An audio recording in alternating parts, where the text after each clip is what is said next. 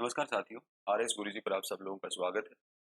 साथियों, हमने spring board के नोट्स के माध्यम से एक सीरीज शुरू की थी राजस्थान ज्योग्राफी और उसमें हम राजस्थान के भौतिक प्रदेशों को देख रहे थे। तो अब हम पहुंच चुके हैं दक्षिणी पूर्वी जो पठारी भाग है उसके ऊपर। आइए हम जानते हैं दक्षिणी पूर्वी पठारी भाग के बारे में कुछ महत्वपूर्ण बातें जो इस अकेडमी के नोट्स के में आपको दर्शाई गई। आज का हमारा जो सेशन है दक्षिणी पूर्वी पठारी भाग या हाड़ौती प्रदेश से संबंधित होगा। देखिए साथियों, सबसे पहले बात करें तो जो हमारा दक्षिणी पूर्वी पठारी भाग है इसका निर्माण है वो ज्वालामुखी के बेसाल्टिक लावे से हुआ है। याद रखने वाली बात है, किससे हुआ है?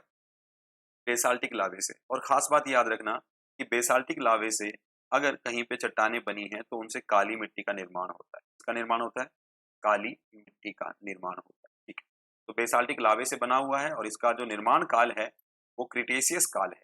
और यहाँ पर पाई जाने वाली मिट्टी कैसी है? हल्की काली मिट्टी यहाँ पे आपको देखने को मिलेगी। साथ ही आपको जो कुछ बातें हैं जो वो समझनी पड़ेंगी हाड़ौती के पठार को लेकर। तो देखिए हाड़ौती के पठार की अगर हम हाड़ौती के पठार की बात करें या दक्षिणी पूर्वी पठार की बात करें, सबसे पहली बात तो हमें ये समझना है कि यहाँ पर जो जलवायु है वो अति आर्द्र जलवायु। कैसी जलवायु है? अति आर्द्र जलवायु है। इसका रीजन ये है कि यहाँ पे इस भूभाग में सर्वाधिक वर्षा होती है। अगर आपसे पूछा जाए राजस्थान के किस भौतिक प्रदेश में सर्वाधिक वर्षा होती है तो आप बोलेंगे हाड़ौती के पठार में सर्वाधिक वर्षा होती है। सर्वाधिक वर्षा होती है हाड़ौती के पठार में। ठीक है, इसके अलावा अगर आप बात करें तो यहाँ पर आप देखेंगे तो ये जो इलाका है पठारी भाग है, तो इस इलाके के अंदर आप जो नदियां हैं उनका उद्गम देखोगे तो ये समझना यहाँ पर जो नदियां जिनका उद्गम होगा उनमें एक है काली सिंध, एक है परवन और एक है पार्वती। तो ये आपको याद रखना है कि कौन कौन सी नदियां यहाँ से निकलती हैं दक्षिणी पूर्वी पठारी भाग से या हाड़ौती प्रदेश से। तो आप बोलेंगे काली सिंध, परवन और पार्वती। ठीक है, अब हम बात करते हैं वापस हाड़ौती के पठार के बारे में। तो हाड़ौती के पठार को अध्ययन की दृष्टि से दो भागों में और गुणों के हिसाब से तीन भागों में विभाजित किया गया है। सबसे पहले हम बात करते हैं हाड़ौती के जो भूभाग है मुख्य रूप से उनके बारे में। तो सबसे पहले बात करते हैं यहाँ पर दक्कन लावा पठार के बारे में और उसके बाद में विंध्य कगार के बारे में। पर इन दोनों से पहले हम जानते हैं कि महान सीमांत भ्रंश है ये क्या है। तो देखिए सीमांत भ्रंश क्या होता है? ये एक फॉल्ट होता है। कहने का मतलब अगर कोई एक ये प्लेट है और इस प्लेट का एक भाग, ये भाग ऊपर उठ जाए, ये भाग ऊपर उठ जाए और ये वाला भाग यहीं के यहीं रह जाए तो आप एक संरचना देखोगे कुछ ऐसी, ऐसी संरचना। तो ये दोनों पहाड़िये क्षेत्र हो गए और यहाँ पर आप देखेंगे तो एक भ्रंश घाटी है। तो आप ये देखें कि एक भ्रंश घाटी है, ये है। तो ये भ्रंश घाटी कहाँ पर है? तो आप बोलेंगे अरावली व हाड़ौती के मध्य स्थित है। अगर आपसे सवाल पूछा जाए राजस्थान में भ्रंश घाटी कहाँ पाई जाती है तो कहेंगे अरावली और हाड़ौती के मध्य है। और किन इलाकों में है? तो आप कहेंगे चित्तौड़गढ़ है, भीलवाड़ा है, बूंदी है, करौली है, सवाई माधोपुर है और धौलपुर है। ये क्वेश्चन कई दफा पूछा गया है, राजस्थान में महान सीमांत भ्रंश किन क्षेत्रों में फैला हुआ है? तो आपका जवाब होगा चित्तौड़गढ़, भीलवाड़ा, बूंदी, करौली, धौलपुर और सवाई माधोपुर। याद रखना, ये बहुत महत्वपूर्ण है, हर एग्जाम में लगभग लगभग देखने को मिला है। तो आपसे पूछा जाए महान सीमांत भ्रंश राजस्थान के किन जिलों में विस्तृत है या फैला हुआ है तो आपका जवाब होगा चित्तौड़गढ़, भीलवाड़ा, बूंदी, करौली, धौलपुर और सवाई माधोपुर। अब आइए हम विभाजन की बात करें दक्षिणी पूर्वी पठार को या हाड़ौती के पठार को। तो सबसे पहले हम देखते हैं डक्कन लावा पठार। देखिए डक्कन लावा पठार है, इसको थोड़ा समझते हैं। तो देखिए सबसे पहले एक बात को आपको समझना है कि जब इंडियन प्लेट बन रही थी, जब इंडियन प्लेट बन प्रायद्वीपीय भारत का जब निर्माण हो रहा था तो वो दौर ऐसा था कि वहां बहुत सारे हॉट स्पॉट थे। मतलब पृथ्वी की प्रारंभिक एरा की बात करें जब इंडियन प्लेट बन गई थी तो बहुत सारे ज्वालामुखियों का उद्गार हुआ और ये ज्वालामुखियों का लावा इस वाले इलाके से यहाँ पर प्रायद्वीपीय भारत में फैल गया और ये पूरा का पूरा लावा जनित एक इलाका बन गया। और इसी को हम क्या नाम से जानते हैं? इसको जानते हैं डक्कन लावा पठार। अब डक्कन लावा पठार से आगे आप देखोगे तो एमपी के इलाके के अंदर आपको मालवा का पठार मिलेगा। किसका पठार मिलेगा? मालवा का पठार। तो आप ये कहेंगे कि डक्कन लावा पठार का भाग ही किसका है? मालवा का पठार। और मालवा के पठार का जो उत्तरी भाग है वही क्या है हमारा? यहाँ पर हाड़ौती का पठार है। तो आप ये बात समझ गए ना कि डायरेक्ट लिंक कैसे है मालवा के पठार से और हाड़ौती के पठार का, या यूं कहें कि जो दक्षिणी पूर्वी पठारी भाग है उसका मालवा का पठार से लिंक कैसे है। बात समझ में आई होगी। बात करते हैं डक्कन लावा पठार की। तो देखो हमने क्या कहा ये हाड़ौती के दक्षिण में स्थित है। तो अगर हम राजस्थान के परिप्रेक्ष्य में देखें तो हाड़ौती का जो दक्षिणी भाग है उसमें आपको दक्कन लावा पठार देखने को मिलेगा, ठीक है।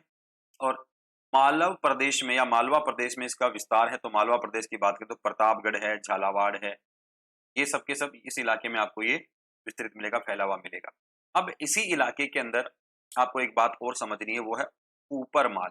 ऊपर माल क्या है? तो ऊपर माल एक आपसे पूछा जाता है कई बार, ऊपर माल क्या है? तो आपका जवाब होगा ऊपर माल एक पठारी क्षेत्र है जो कहां से कहां तक है। तो आप कहेंगे भीलवाड़ा के बिजोलिया से, याद रखना, भीलवाड़ा के बिजोलिया से चित्तौड़गढ़ के भैंस रोड तक एक पठारी भाग फैला हुआ है जिसको हम किस नाम से जानते हैं? ऊपर माल के नाम से जानते हैं। अगर आपसे सवाल पूछा जाए ऊपर माल क्या है, तो कहेंगे एक पठारी भाग जो भीलवाड़ा के बिजोलिया से लेकर चित्तौड़गढ़ के भैंस रोड तक फैला हुआ है और वो किस नाम से जाना जाता है? ऊपर माल के नाम से जाना जाता है, याद रहेगा। तो हाड़ौती के पठार का दूसरा भाग हमने कहा विंध्य कगार। देखो कगार का मतलब है यहाँ पे कटी फटी संरचनाएं आपको देखने को मिलेंगी, ठीक है। और यही वो इलाका है जहां पर जो चंबल नदी है वो सर्वाधिक कटाव करती है, अपभ्रंश करती है, अवनाली का अपवर्दन करती है। इसका रीजन क्या है कि विंध्य पर्वत, देखो विंध्य और सतपुड़ा पर्वतों की आप बात करोगे तो यहाँ पर मैरीन सेडिमेंट्स ज्यादा मिलेंगे, मतलब जिनमें लाइमस्टोन होगा, चूना पत्थर है, ये सब आपको देखने को मिलेंगे। तो आप सबसे पहले समझे कि विंध्य पर्वत की जो इलाका है उसकी जो कटे फटे आखिरी अवशेष हैं उनसे ये इलाका निर्मित है। इसमें आप देखोगे तो विस्तार कहाँ पर है? तो कहेंगे करौली है, धौलपुर है, सवाई माधोपुर और हाड़ौती वाला जो कोटा बूंदी बारा है और झालावाड़ वाला इलाका। तो विंध्य कगार का जो विस्तार है वो कहाँ कहाँ है? तो आपसे पूछा जाएगा करौली, तो बताना करौली, धौलपुर, सवाई माधोपुर, इसके अलावा हाड़ौती प्रदेश में क्या क्या है? कोटा बूंदी बारा और एक झालावाड़। तो यहाँ पर विंध्य कगार का विस्तार आपको देखने को मिलेगा। अब बात करते हैं कि हाड़ौती के अंदर किस तरह की जो चट्टानें हैं वो पाई जाती हैं। तो देखिए सर्वाधिक यहाँ पर जो चट्टान पाई जाती है, याद रखना, वो है सैंडस्टोन। कौन सी है? सैंडस्टोन, मतलब बलुआ जो पत्थर है वो आपको देखने को मिलेगा। इसके अलावा पोटा स्टोन देखने को मिलेगा, हीरा देखने को मिलेगा, यहाँ पे लाल पत्थर देखने को मिलेंगे, इसके अलावा चूना पत्थर भी आपको यहाँ पर देखने को मिलेंगे। तो कहने का मतलब ये हुआ कि जो इलाका है जहाँ पे ये आपको लाइमस्टोन वगैरह, लाल पत्थर वगैरह देखने को मिलेंगे, तो ये वो इलाका है जहां पर विंध्य पर्वत का अंतिम हिस्सा देखने को मिल रहा है। इसीलिए हमने इसको क्या कहा? विंध्यन कगार का है, ठीक है। और विंध्यन कगार अगर मोटे तौर पे देखा जाए तो चंबल व बनास नदी के मध्य का भाग है।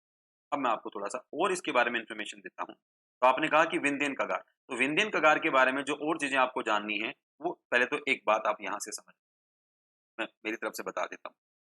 तो विंध्यन कगार है वो है कहाँ? तो आप ये कहेंगे विंध्यन कगार है वो चंबल और बनास नदी के मध्य भाग में स्थित है। याद रखना, चंबल व बनास, चंबल और बनास के बीच का भाग है ये, ठीक है, याद रहेगा। दूसरी बात आपको यहाँ पे समझनी है कि यहाँ जो मोटे तौर पे हमें जो बात समझनी है वो ये है कि विंध्यन कगार क्यों कहा गया? क्योंकि ये विंध्याचल पर्वत का अंतिम भाग है। पॉइंट क्लियर हुआ? ठीक है। और ये इलाका है ये बलुआ पत्थरों से ज्यादा निर्मित है। अब बलुआ पत्थरों से निर्मित है तो बलुआ पत्थर की अलग अलग आपको यहाँ पर रंग रूप देखने को मिलेंगे। जैसे आपसे एक क्वेश्चन पूछा जाए कि लाल बलुआ पत्थर है वो कहाँ पर मिलता है? अगर आपका सवाल आपसे पूछा जाए कि लाल बलुआ पत्थर, लाल बलुआ पत्थर राजस्थान में कहाँ का फेमस है या कहाँ पर मिलता है? तो लाल बलुआ पत्थर है वो आपको देखने को मिलेगा धौलपुर। कहाँ पर देखने को मिलेगा साथियों? धौलपुर, धौल। तो लाल बलुआ पत्थर कहाँ है? धौलपुर, ठीक है। इसके बाद में अगर आपसे ये कहा जाए कि गुलाबी बलुआ पत्थर कहाँ पर है? गुलाबी बलुआ पत्थर कहाँ है? तो गुलाबी बलुआ पत्थर है वो करौली में। कहाँ पर है? करौली के अंदर, ठीक है। इसके अलावा आपसे कहा जाए स्लेटी बलुआ पत्थर कहाँ का है? तो आप ये देखना कि स्लेटी बलुआ पत्थर है, स्लेटी बलुआ पत्थर है वो आपको बूंदी में देखने को मिलेगा। कहाँ पर? बूंदी में, ठीक है। इसके अलावा अगर हम बात करें कातले या जो पट्टियां होती हैं, छोटे छोटे कातले होते हैं, पट्टियां होती है, वो कहाँ की फेमस है? तो अगर कातले की बात करें या पट्टी की बात करें, अरे घरों में हम इस्तेमाल करते हैं छोटी छोटी पट्टियां, पतले जो चपटे टाइप के होते हैं जिसको हमारे शेखावाटी रीजन में तो कातले बोलते हैं। कातले, पट्टी के छोटे टुकड़े, कातले, ये कहाँ के देखेंगे? तो ये कहेंगे बिजोलिया है। और बिजोलिया कहाँ? भीलवाड़ा में। आप कहेंगे भीलवाड़ा, और भीलवाड़ा का इलाका कौन सा? बिजोलिया। तो आप यहाँ को ये पॉइंट भी याद रखना कि विंध्यन कगार के जो चीजें हैं उनमें हमें जो चीजें देखनी है उनमें से लाल बलुआ पत्थर कहाँ का है? तो धौलपुर का है। गुलाबी बलुआ पत्थर का है, करौली का है। स्लेटी बलुआ पत्थर कहाँ का है? बूंदी का है। और जो कातले या पट्टियां हैं वो कहाँ है, तो बिजोलिया भीलवाड़ा की बात हो रही है। ये बात तो क्लियर हो गई होगी, ठीक है। हाँ जी। और इसके अलावा अगर हम थोड़ा सा और समझें तो ये वाला जो इलाका है पठारी भाग को लेकर, इसको थोड़ा सा आगे हम और क्लियर कर देते हैं। देखिए आगे चट्टानों से बात होगी। अब हमने बात किया था गुणों के आधार पर, तो हाड़ौती को गुणों के आधार पर 3 भागों में बाँटा है। इसमें सबसे पहले बात करते हैं अर्धचंद्राकार पहाड़ियाँ। देखो अर्धचंद्राकार पहाड़ियाँ हैं वो मुख्यतः बूंदी और मुकुंदरा हिल्स के अंदर देखने को, मुकुंदरा हिल्स कहाँ पर है? कोटा और झालावाड़ में। तो बूंदी और मुकुंदरा हिल्स या मुकुंदरा की जो पहाड़ियाँ हैं, वो कैसी हैं? अर्धचंद्राकार पहाड़ियाँ हैं। कैसी हैं? अर्धचंद्राकार पहाड़ियाँ, और ये किसका हिस्सा है? ये हाड़ौती के पठार का हिस्सा है। इसके अलावा शाहाबाद उच्च भूमि, तो शाहाबाद उच्च भूमि है, ये बारां में स्थित है। आपसे कई बार पूछा गया एग्जाम में है कि शाहाबाद उच्च भूमि क्षेत्र कहाँ पर है, तो कहाँ पर है? बारां में है। जहां पर रामगढ़ क्षेत्र में, देखो याद रखना, रामगढ़ क्षेत्र में घोड़े की नाल जैसी पहाड़ियां देखने को मिलेंगी।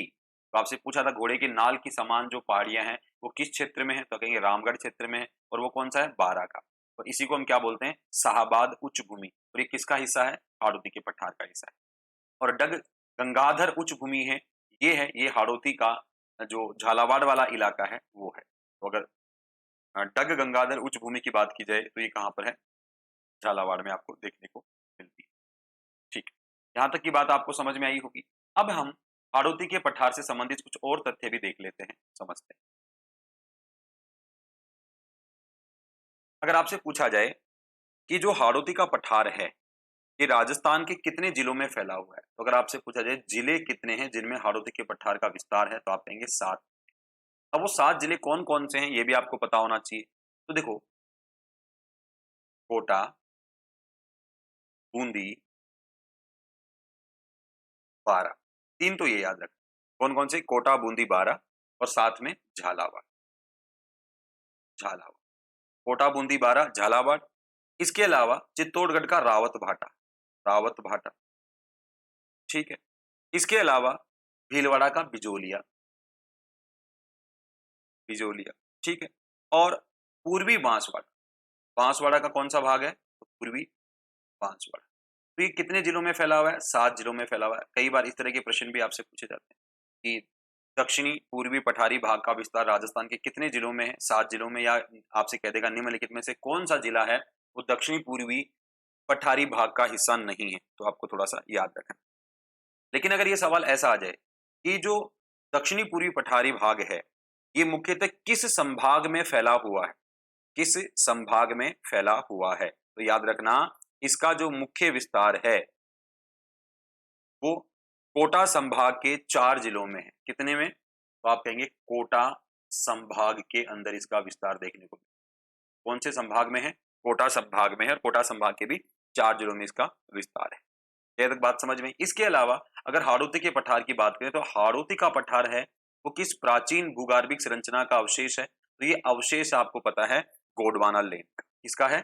गोंडवाना लैंड का। प्रारंभिक क्लास में मैंने बताया था आप लोगों को ये बात। और राजस्थान के कुल क्षेत्रफल का कितना प्रतिशत हो, तो आपने कहा था 6.89% है, और यहाँ पर पॉपुलेशन है वो कितनी रहती है? 11% रहती है।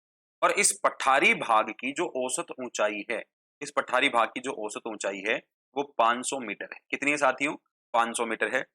साथ ही आप ये देखना कि यहाँ की जो जलवायु है वो कैसी है? अति आर्द्र है। और इसका जो सामान्य ढाल है, सामान्य ढाल है इसका, वो दक्षिण से उत्तर पूर्व की ओर। कहां पर है? दक्षिण से उत्तर पूर्व की ओर है। तो ये भी आपसे पूछा जाता है। एक बात और आपको यहाँ पे जो स्पष्ट तौर पे जाननी है कि इसको कई बार हम देखेंगे इस तरह से पूछा जाता है कि राजस्थान का संक्रांति प्रदेश कौन सा है? संक्रांति प्रदेश कौन सा है? अब ये क्या बला है संक्रांति प्रदेश? तो देखिए हाड़ौती के पठार या दक्षिणी पूर्वी पठारी भाग को संक्रांति प्रदेश के नाम से जाना जाता है। और ये होता क्या है संक्रांति प्रदेश? तो इस बात को समझिए। देखिए साथियों एक पहाड़ी ये है और एक पहाड़ी, इन दो पहाड़ियों को अगर कोई एक इलाका जोड़े और वो इलाका क्या कहलाएगा? संक्रांति प्रदेश कहलाएगा। क्या कहलाएगा? संक्रांति प्रदेश कहलाएगा। अब आप बोलोगे सर ये कैसे? तो मैंने कहा देखो ये राजस्थान में है अरावली पर्वतमाला, अरावली पर्वतमाला, और इधर आप देखोगे तो यहां पर आपको देखने पड़ेगा विंध्याचल पर्वतमाला। कौन सी है? विंध्याचल पर्वतमाला। तो विंध्याचल पर्वतमाला और अरावली पर्वतमाला को जोड़ने वाला भूभाग है ये हाड़ौती का पठार, ये हाड़ौती, इसलिए इसको क्या कहते हैं, संक्रांति प्रदेश के नाम से जाना जाता है, याद रहेगी। ठीक है। और एक खास बात है कि अगर आपसे सवाल कुछ इस तरह से पूछा जाए कि राजस्थान के किस भौतिक प्रदेश में सर्वाधिक नदियां का बहाव देखने को मिलता है, तो याद रखना सर्वाधिक नदियों का जो बहाव है वो भी हाड़ौती के पठार को में ही देखने को मिलेगा। और जो सबसे महत्वपूर्ण बात एक और आपको जाननी है कि ये क्षेत्रफल की दृष्टि से तो आप देखेंगे सबसे कम वाला इलाका है, लेकिन वर्षा यहाँ पे सर्वाधिक होती है। तो क्षेत्रफल इसका सबसे कम है और वर्षा क्या है, सर्वाधिक है। और एक बात और याद रखना, ये विशेष बात आपको याद रखनी है कि अगर आपसे पूछा जाए कि हाड़ौती के पठार की सबसे ऊंची चोटी कौन सी है, हाड़ौती के पठार की सबसे ऊंची चोटी कौन सी है, या आपसे पूछे कि दक्षिणी पूर्वी पठारी भाग की सबसे ऊंची चोटी कौन सी है, तो याद रखना इसकी एक झालावाड़ में एक चोटी है जो नाम है चांद खेड़ी। कौन सी है, चांद खेड़ी, चांद खेड़ी। और ये कहां पर है, झालावाड़ में, झालावाड़। और इसकी ऊंचाई कितनी है, तो आप कहेंगे 1500 सॉरी 517 मीटर, 517 मीटर ऊंची इसकी एक चोटी है। याद रखना कहां पर है, झालावाड़ में। ठीक है, नाम क्या है, चांद खेड़ी। ठीक है, तो इतनी बात आपको यहाँ पे समझ में आई होगी। मैं उम्मीद करता हूं आप लोग जान पाए होंगे किस तरह से यहाँ पे फैक्चुअल डेटा आपको देखने को मिले। अब हम राजस्थान के कुछ जो पठार हैं उनके बारे में और जान लेते हैं।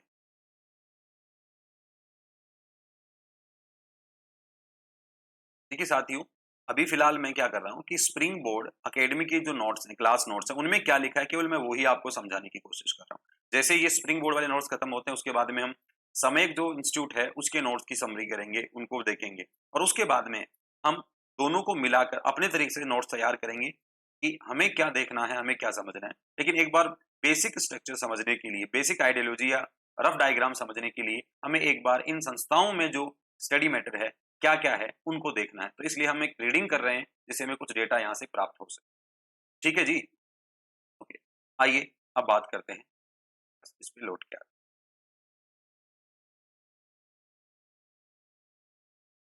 हाँ जी, अगर आपसे ये कहा जाए राजस्थान के पठारों की बात करें, तो राजस्थान के पठार अगर हम देखते हैं, सबसे पहले बात करें एक छोटी सी कि उड़िया का पठार, क्या बोला मैंने, उड़िया का पठार, उड़िया का पठार कहाँ पर है, उड़िया का पठार, तो याद रखना ये सिरोही में, उड़िया का पठार कहाँ पर है, सिरोही में।